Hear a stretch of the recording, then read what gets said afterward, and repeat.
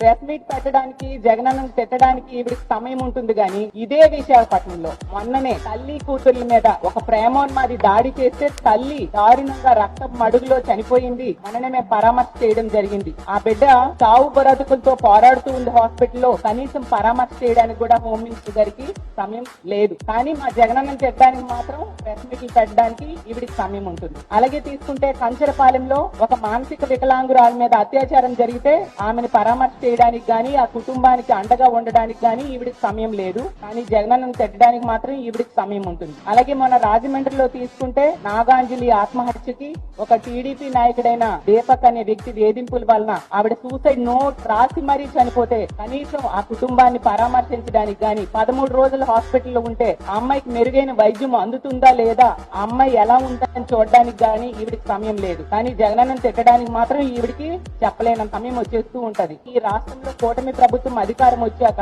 రోజుకి 70 మంది మీద అత్యాచారాలు అఘాయిత్యాలు మహిళల మీద చిన్నారుల మీద జరుగుతూ ఉంటే వాటిని అరికట్టడం చేత కాదు గాని జగనన్నను తిట్టడానికి మాత్రం ఈవిడికి సమయం దొరుకుతుంది. తిట్టడానికి టైం కేటాయిస్తారు. ఈ రాష్ట్రంలో మద్యం విచ్చలవిడిగా బెల్ షాప్ ద్వారా ఏరులై పారుతూ ఉంది. దానిని మాత్రం అరికట్టరు, జగనన్నను మాత్రం తిడతారు. అలాగే ఈ రోజు తీసుకుంటే గంజాయి 100 రోజుల్లో గంజాయి అరికడతామని చెప్పి ఈ రోజు గంజాయి విచ్చలవిడిగా ఈమె నివాసం ఉంటున్న విశాఖపట్నంలో పెంపకం జరుగుతుంది. గంజాయి రవాణా ఈ విశాఖపట్నం నుంచే జరుగుతుంది. ఆమె నియోజకవర్గమైన పాయకరావుపేట మీదుగానే జరుగుతుంది. దాన్ని అరికట్టడం చేత కాదు గాని జగనన్నను తిట్టడానికి మాత్రం హోమ్ మినిస్టర్ గారు ముందుగా వస్తారు. అందుకనే ఆవిడ హోమ్ మినిస్టర్ పదవి ఇచ్చారు. అందుకే ఆ హోమ్ మినిస్టర్ గా ఆవిడ పూర్తిగా విఫలమైందని మరీ చెప్తూ ఉన్నాం. ఆవిడ ఒక పాయకరావుపేట